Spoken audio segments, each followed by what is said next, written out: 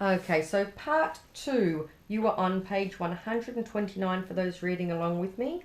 You are about the 4th line from the bottom.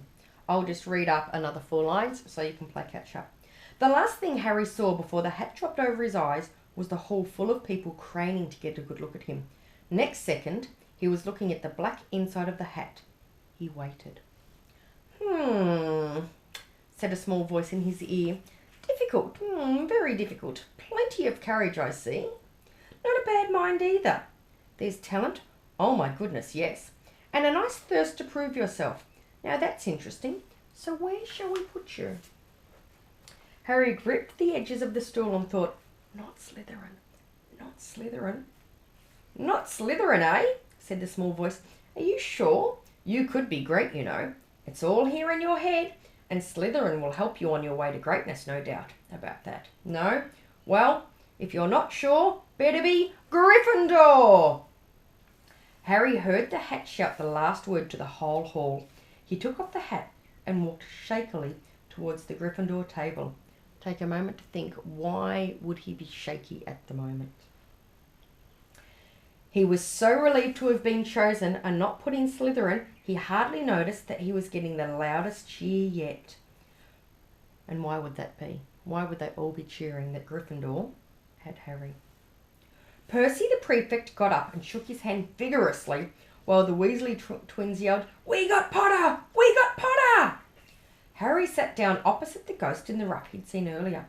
The ghost patted his arm, giving Harry the sudden, horrible feeling he'd just plunged it into a bucket of ice-cold water. He could see the high table properly now. At the end nearest him sat Hagrid, who caught his eye and gave him the thumbs up. Harry grinned back. And there, in the centre of the high table, in a large gold chair, sat Albus Dumbledore. Harry recognised him at once from the card he'd got out of the chocolate frog on the train. Dumbledore's silver hair was the only thing in the whole hall that shone as brightly as the ghost's. Harry spotted Professor Quirrell, too, the nervous young man from the leaky cauldron. He was looking very peculiar in a large purple turban. And now there were only 3 people left to be sorted. Turpin Lisa became a Ravenclaw, and then it was Ron's turn. He was pale green by now. Remember, Ron had talked about having to live up to the family's expectations, so he would be in a mad panic about what house he got put into. Harry crossed his fingers under the table, and a second later the hat had shouted, "Gryffindor!" Harry clapped loudly with the rest as Ron collapsed into the chair next to him. "Well done, Ron! Excellent!" said Percy Weasley pompously across Harry as Zabini Blaze was made a Slytherin. Professor McGonagall rolled up her scroll and took the sorting hat away. Harry looked down at his empty gold plate. He had only just realised how hungry he was. The pumpkin pasties seemed ages ago. Albus Dumbledore had got to his feet. He was beaming at the students, his arms opened wide, as if nothing could have pleased him more than to see them all there. "Welcome," he said. "Welcome to a new year at Hogwarts. Before we begin our banquet, I would like to say a few words, and here they are. Nitwit, blubber, oddment, tweak. Thank you." He sat back down. Everybody clapped and cheered. Harry didn't know whether to laugh or not. "Is he a bit mad?" he asked Percy uncertainly. "Mad?" said Percy airily. "He's a genius, best wizard in the world, but he is a bit mad, yes. Potatoes, Harry?" Harry's mouth fell open. The dishes in front of him were now piled with food. He had never seen so many things he'd like to eat on one table. Roast beef, roast chicken, pork chops and lamb chops, sausages, bacon and steak, boiled potatoes, roast potatoes, chips, Yorkshire pudding, peas, carrots, gravy, ketchup, and for some strange reason, mint humbugs. The Dursleys had never exactly starved Harry, but he'd never been allowed to eat as much as he liked. Dudley had always taken anything that Harry really wanted, even if it made him sick. Harry piled his plate with a bit of everything except the humbugs and began to eat. It was all delicious. Take a moment to think amongst all the dinner food on the table. Why would mint humbugs be there? So humbugs are a hard-boiled lolly. It was all delicious. That does look good, said the ghost in the rough sadly, watching Harry cut up his steak. Can't you? I haven't eaten for nearly 500 years, said the ghost. I don't need to, of course, but one does miss it. I don't think I've introduced myself. Sir Nicholas de Minzy Porpington at your service, resident ghost of Gryffindor Tower. I know who you are, said Ron suddenly. My brothers told me about you. You're Nilly Headless Nick. I would prefer you call me Sir Nicholas de Mimsy, the ghost began stiffly, but sandy-haired Seamus Finnegan interrupted. Nilly Headless? How can you be Nilly Headless? Sir Nicholas looked extremely miffed, as if their little chat wasn't going at all the way he wanted. Like this, he said irritably. He seized his left ear and pulled. His whole head swung off his neck and fell onto his shoulder as if it was on a hinge. Somebody had obviously tried to behead him, but not done it properly. Looking pleased at the stunned looks on their faces, Nearly Headless Nick flipped his head back onto his neck, coughed and said, So, you Gryffindors, I hope you're going to help us win the house championship this year. Gryffindor have never gone so long without winning. Slytherin have got the cup last 6 years in a row. The bloody Baron's becoming almost unbearable. He's the Slytherin Ghost. Harry looked over at the Slytherin table and saw a horrible ghost sitting there with blank, staring eyes, a gaunt face, and robes stained with silver blood. He was right next to Malfoy, who, Harry was pleased to see, didn't look too pleased with the seating arrangements. How did he get covered in blood? Asked Seamus with great interest. I've never asked, said Headless Nick delicately. When everyone had eaten as much as they could, the remains of the food faded from the plates, leaving them sparkling clean as before. A moment later, the puddings appeared, blocks of ice cream in every flavour you could think of, apple pies, treacle tarts, chocolate eclairs, and jam donuts, trifle, strawberries, jelly, rice pudding. Which would you choose? As Harry helped himself to a treacle tart, the talk turned to their families. I'm half and half, said Seamus. Me dad's a muggle. Mam didn't tell him she was a witch till after they were married. Bit of a nasty shock for him. The others laughed.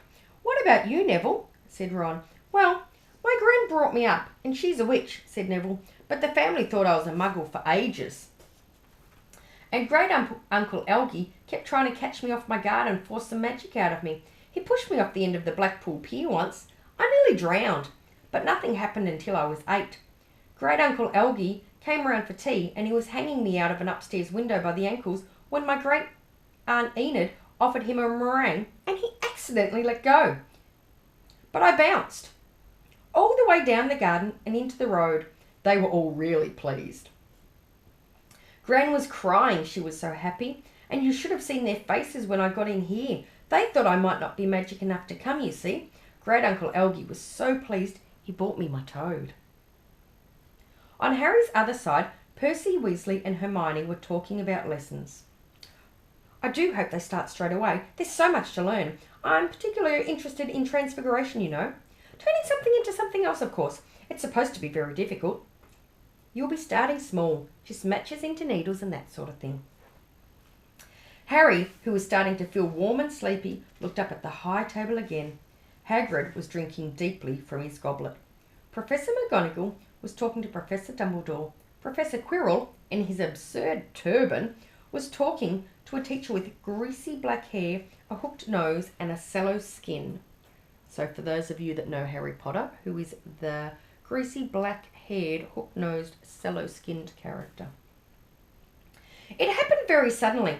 The hook-nosed teacher looked past Quirrell's turban straight into Harry's eye, and a sharp hot pain shot across the scar on Harry's forehead. Ouch! Harry clapped a hand to his head. What is it? Said Percy. Nothing. The pain had gone as quickly as it had come. Harder to shake off was the feeling Harry got from the teacher's look, a feeling that he didn't like Harry at all. Who's that teacher talking to Professor Quirrell? He asked Percy. Oh, You know Quirrell already, do you? No wonder he's looking so nervous. That's Professor Snape. He teaches potions, but he doesn't want to. Everyone knows he's after Quirrell's job. Knows an awful lot about the dark arts, Snape. Harry watched Snape for a while, but Snape didn't look at him again. At last, the puddings too disappeared and Professor Dumbledore got to his feet again. The hall fell silent. Ahem. Just a few more words now. We are all fed and watered. I have a few start of term notices to give you. First, you should note that the forest in the grounds is forbidden to all pupils, and a few of our older students would do well to remember that. Dumbledore's twinkling eyes flashed in the direction of the Weasley twins. I have also been asked by Mr. Filch, the caretaker, to remind you that no magic should be used between classes in the corridors. Quidditch trials will be held in the second week of term. Anyone interested in playing for their house teams should contact Madam Hooch. And finally, I must tell you that this year, the third floor corridor on the right-hand side is out of bounds to everyone who does not wish to die a very painful death. Harry laughed, but he was one of the few who did. He's not serious, he muttered to Percy. Must be, said Percy, frowning at Dumbledore. It's odd, because he usually gives us a reason why we're not allowed to go somewhere. The forest's full of dangerous beasts. Everyone knows that. I do think he might have told us prefects at least. And now, before we go to bed, let us sing the school song, cried Dumbledore. Harry noticed that the other teachers' smiles had become rather fixed. Dumbledore gave his wand a little flick, as if he was trying to get a fly out of the end, and a long golden ribbon flew out of it, which rose high above the tables and twisted itself snake-like into words. Everyone pick their favourite tune, said Dumbledore, and off we go. And the school bellowed, Hogwarts, Hogwarts, Hoggy-Warty Hogwarts, teach us something, please. Whether we be old and bold, or young with scabby knees, our heads could do with filling with some interesting stuff, for now they're bare and full of air, dead flies and bits of fluff. So teach us things worth knowing, bring back what we forgot. Just do your best, we'll do the rest, and learning till our brains all rot.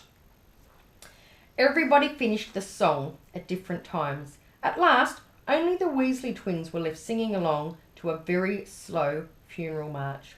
Dumbledore conducted their last few lines with his wand, and then, when they had finished, he was one of those who clapped loudest. Ah, music, he said, wiping his eyes, a magic beyond all we do here. And now, bedtime, off you trot. The Gryffindor first years followed Percy through the chattering crowds, out of the great hall, and up the marble staircase. Harry's legs were like lead again, but only because he was so tired and full of food. He was too sleepy even to be surprised that the people in the portraits along the corridors whispered and pointed as they passed, or that twice Percy led them through doorways hidden behind sliding panels and hanging tapestries. They climbed more staircases, yawning and dragging their feet, and Harry was just wondering how much further they had to go when they all came to a sudden halt.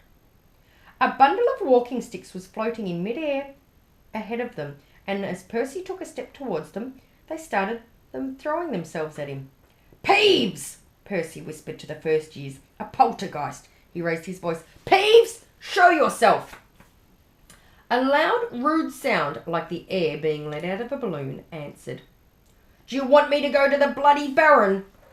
There was a pop, and a little man with wicked dark eyes and a wide mouth appeared, floating cross-legged in the air, clutching the walking sticks. Ooh, he said with an evil cackle. Ickle firsties, what fun! He swooped suddenly at them. They all ducked. Go away, Peeves, or the Baron will hear about this. I mean it, barked Percy. Peeves stuck out his tongue and vanished, dropping the walking stick on Neville's head. They heard him zooming away, rattling coats of armour as he passed. You want to watch out for Peeves, said Percy, as they set off again. The bloody Baron's the only one who can control him. He won't even listen to us prefects. Here we are. At the very end of the corridor hung a portrait of a very fat woman in a pink silk dress. Password, she said. Caput Draconis, said Percy, and the portrait swung forward to reveal a round hole in the wall.